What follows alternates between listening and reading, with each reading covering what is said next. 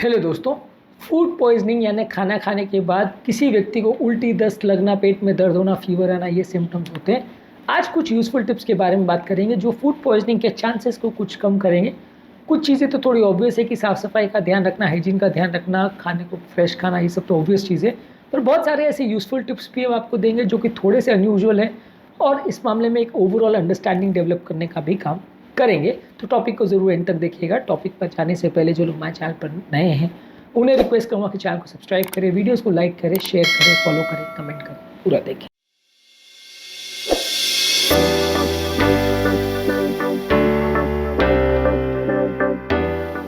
सबसे पहला ऑब्वियसली हाथ को धोइए सोप और पानी से। खाना बनाने से पहले, खाना खाने से पहले और कोई भी शौच वगैरह का प्रयोग करने के बाद हाथों को प्रॉपरली क्लीन करिए। कोई भी जानवरों को हैंडल करने के बाद भी हाथों को प्रॉपरली क्लीन करिए, क्योंकि इसमें जब आप खाने बनाने के टाइम यही हाथों का प्रयोग करते हैं तो कीटाणु के जाने का चांस बढ़ जाता है, इन्फेक्शन होने का चांस बढ़ जाता है, फूड पॉइजनिंग के चांस बढ़ जाते हैं।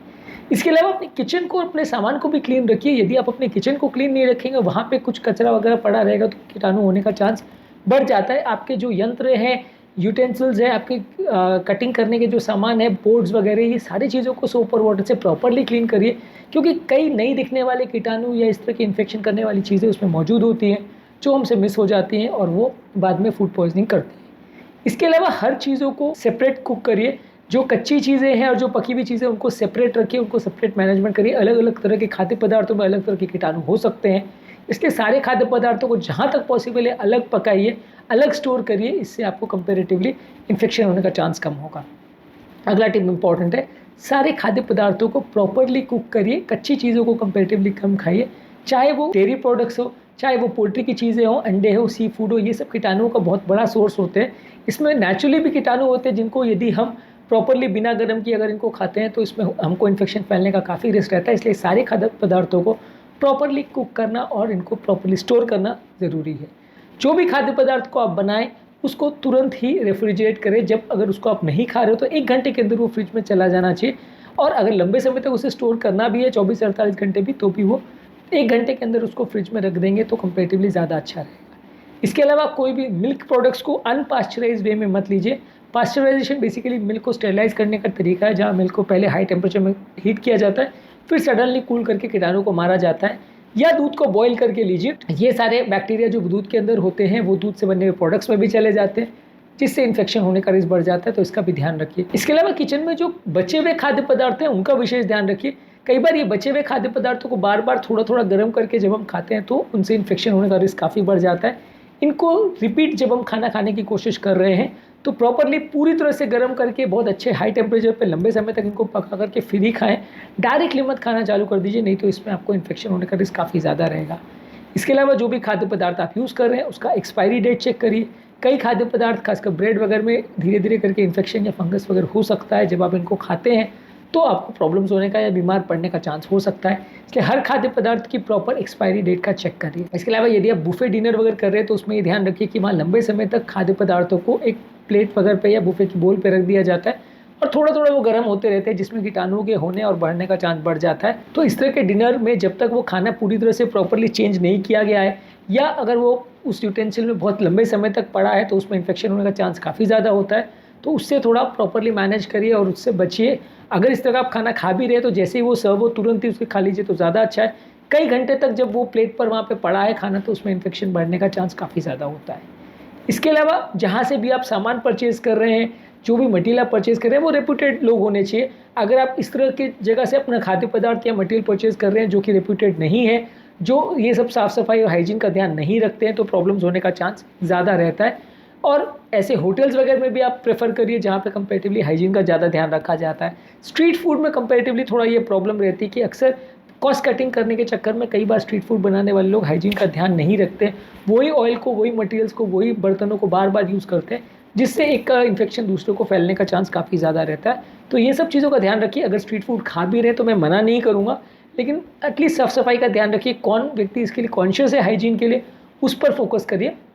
और हाइजीन कॉन्शियसनेस का मतलब सिर्फ ये नहीं है कि हाथ पे प्लास्टिक पहन लिया तो वो हाइजीन कॉन्शियस हो गया, और ऐसा नहीं है। आपको ओवरऑल भी ध्यान रखना पड़ेगा कि वो पानी कहाँ से ले रहा है, मटेरियल कहाँ से ले रहा है, और खाद्य पदार्थों में जो सब्जियां वगैरह ले रहा है वो कितनी प्रॉपर है, कितनी फ्रेश है। कल रात का बचा हुआ खाना तो आपको नहीं खिला रहा है। ये सब चीज़ों का भी एटलीस्ट थोड़ी बहुत जानकारी हो तो बेटर है, क्योंकि ऑब्वियसली सबको जानना इतना ईजी नहीं है, क्योंकि जब आप किसी स्ट्रीट फूड के दुकान पर जाते हो तो आपको नहीं पता होता कि वो चीज़ कब बनी थी, क्या बनी थी। लेकिन अगर पता रहे और किसी व्यक्ति की रेपुटेशन अगर अच्छी है तो ही उसके पास जाएँ तो ज़्यादा अच्छा है। इसके अलावा क्रॉस कंटैमिनेशन से बचिए। कई बार आप अलग अलग चीज़ों को अलग अलग जगह से लेते हैं, अलग अलग तरह के शॉपिंग बैग्स वगैरह में चीज़ें रहती है और हर चीज़ों को आप जब मिक्स करते हैं तो एक चीज़ का इन्फेक्शन दूसरे में जा सकता है, तो इसमें थोड़ा ज़्यादा सावधानी रखिए। इसके अलावा जब आप अंडों को यूज़ कर रहे हैं तो अंडों में काफ़ी हद तक सैल्मोनेला बैक्टीरिया के होने का चांस ज़्यादा रहता है, इसलिए अंडों को जब ये बॉईल करके भी खाएं या उसका ऑमलेट वगैरह भी बना के खाएं तो प्रॉपर टेम्परेचर्स पे उसको हीट होना चाहिए। डायरेक्टली कई लोग की आदत होती है कि दूध में डायरेक्टली अंडे डाल के उसको पी लिया, ये सब कीटाणु के जाने का काफ़ी इंपॉर्टेंट सोर्स होता है। उसको स्टेरलाइज करने के लिए गर्म करके ही खाएं तो ज़्यादा अच्छा है। इसके अलावा खाना बनाने के लिए जो पानी का प्रयोग कर रहे हैं वो भी बहुत इंपॉर्टेंट है, क्योंकि अगर पानी सेफ नहीं है तो हर चीज़ों में जिसमें वो पानी डल रहा है वो भी इन्फेक्टेड हो जाएगा। अगर आप डीप कुकिंग कर रहे हैं या लंबे समय तक बॉईल कर रहे हैं तो ठीक है, वो कीटाणु मर जाएंगे, लेकिन अच्छा सोर्स ऑफ पानी रहेगा तो उसमें आपके कीटाणु होने का चांस कंपेरेटिवली कम रहेगा, प्रॉब्लम्स होने का चांस कंपेरेटिवली कम रहेगा। इसके अलावा खुद की हाइजीन का भी ध्यान रखें, अपने हाथों को धोने का, खुद को नहाने वगैरह का, ये सारी चीज़ों का भी ध्यान रखिए। खाना बनाने वाला और खाना खाने वाला दोनों की हाइजीन का प्रॉपर ध्यान रखना चाहिए, तो फूड पॉइजनिंग के चांस कम होंगे। इसके अलावा घर पर या किचन में जो फूड प्रोडक्ट स्टोर भी हो रहे हैं उनको भी प्रॉपर रैप करके प्रॉपर कंटेनर्स में सही तरह से स्टोर करें तो ज़्यादा अच्छा है। कई चीज़ें ऐसी है जो इस तरह के डब्बों में पड़ी रहती है जहाँ पे वो धीरे धीरे करके इन्फेक्टेड हो जाती है।